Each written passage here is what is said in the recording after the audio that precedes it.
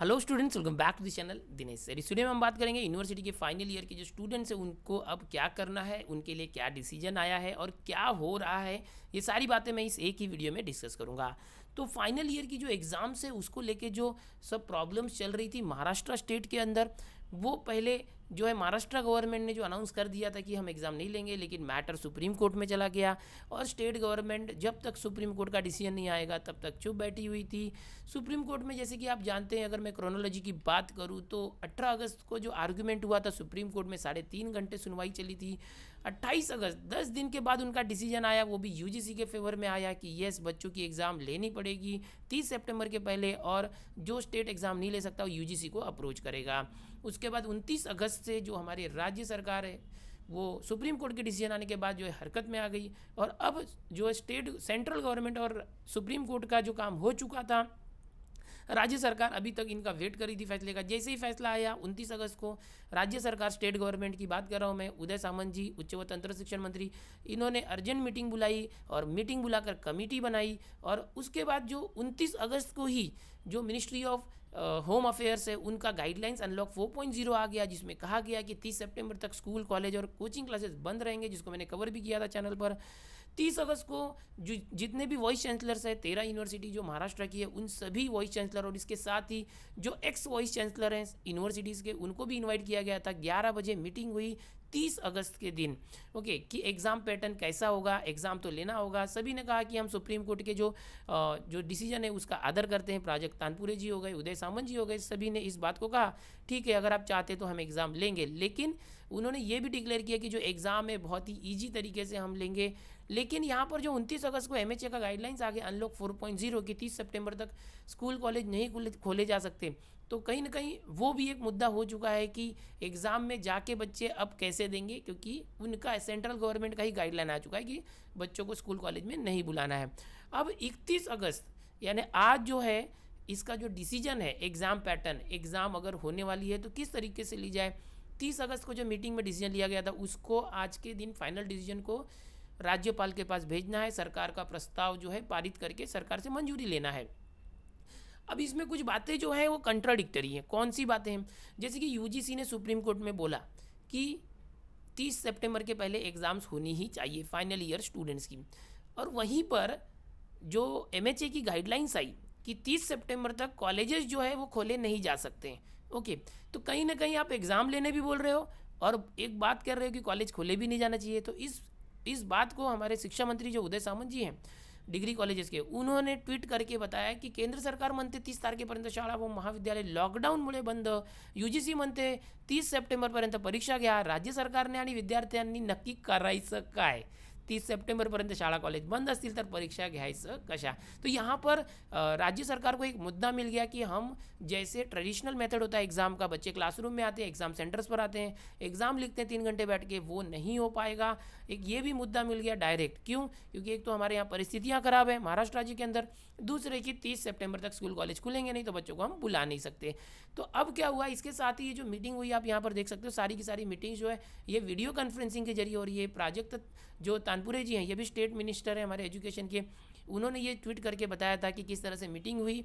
Okay, अब इसके बाद एग्ज़ाम पैटर्न कैसा होगा इस मीटिंग में जो डिसाइड किया गया।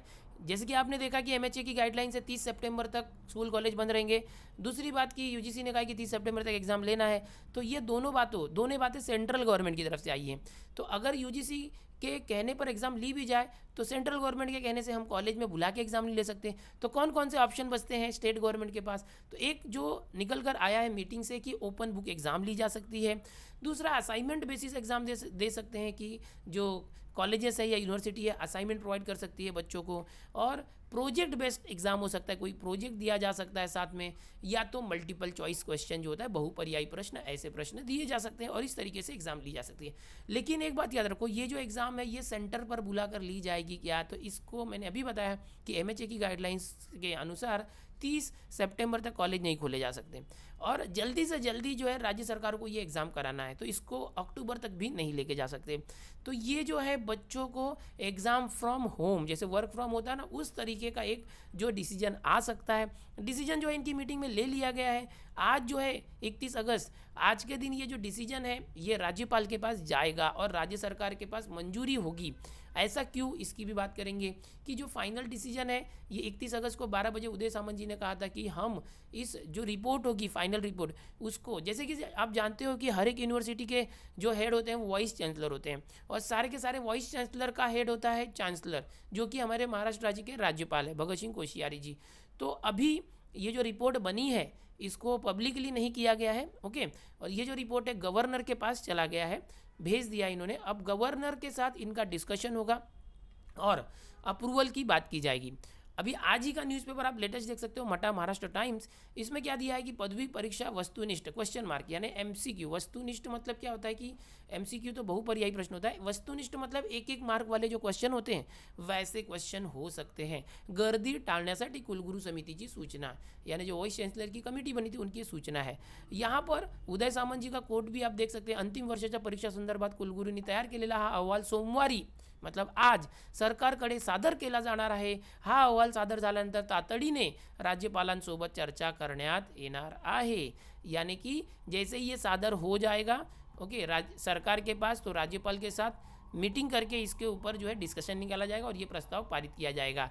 तो ये जो 12 बजे कहा गया था उदय सामंत जी के जरिए, ये डायरेक्ट आपको बताने के लिए नहीं कहा गया था। अभी उनकी जो कमेटी है उसका जो रिपोर्ट है उसको फाइनल अप्रूवल मिलना बाकी है।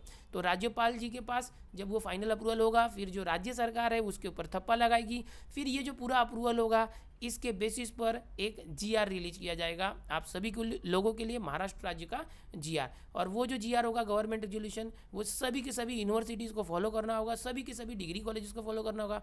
उसमें जो भी एग्ज़ाम पैटर्न कहा गया होगा उस तरीके से एग्ज़ाम लेनी होगी। अब ये जो एग्ज़ाम है ये जैसे मैंने बोला वर्क फ्रॉम होम टाइप होगा, यानी कि जो बच्चों को एग्ज़ाम देनी होगी डिग्री कॉलेजेस के बच्चों को या फाइनल ईयर के बच्चों को, जो कॉलेजेस है या यूनिवर्सिटी है वो क्वेश्चंस प्रोवाइड कर सकती है ऑनलाइन तरीके से, उसको उन्हें असाइनमेंट फॉर्म में पेपर पर लिखना पड़ सकता है या एमसीक्यू टाइप अगर कुछ क्वेश्चन होते तो वो हो सकता है। दूसरी बात कि कहा जा रहा है कि ऑनलाइन एग्ज़ाम हो सकती है क्या, तो देखो महाराष्ट्र के अंदर जो शहरी इलाके हैं वहाँ पर ऑनलाइन सुविधा तो है, बट जो ग्रामीण इलाके हैं वहाँ पर बहुत सी जगह पर ऑनलाइन सुविधा नहीं है, ओके। तो ऐसे बच्चों का क्या, और सभी के सभी बच्चों के पास ऑनलाइन सुविधा नहीं होने की वजह से, और जो डिसीजन है पूरे महाराष्ट्र राज्य के लिए एक ही तरह का डिसीजन आना चाहिए। ऐसा नहीं है कि मुंबई के लिए अलग डिसीजन आया और औरंगाबाद के लिए अलग डिसीजन आया, विदर्भ के लिए अलग, ऐसा नहीं होता है, सभी के लिए एक ही डिसीजन आएगा।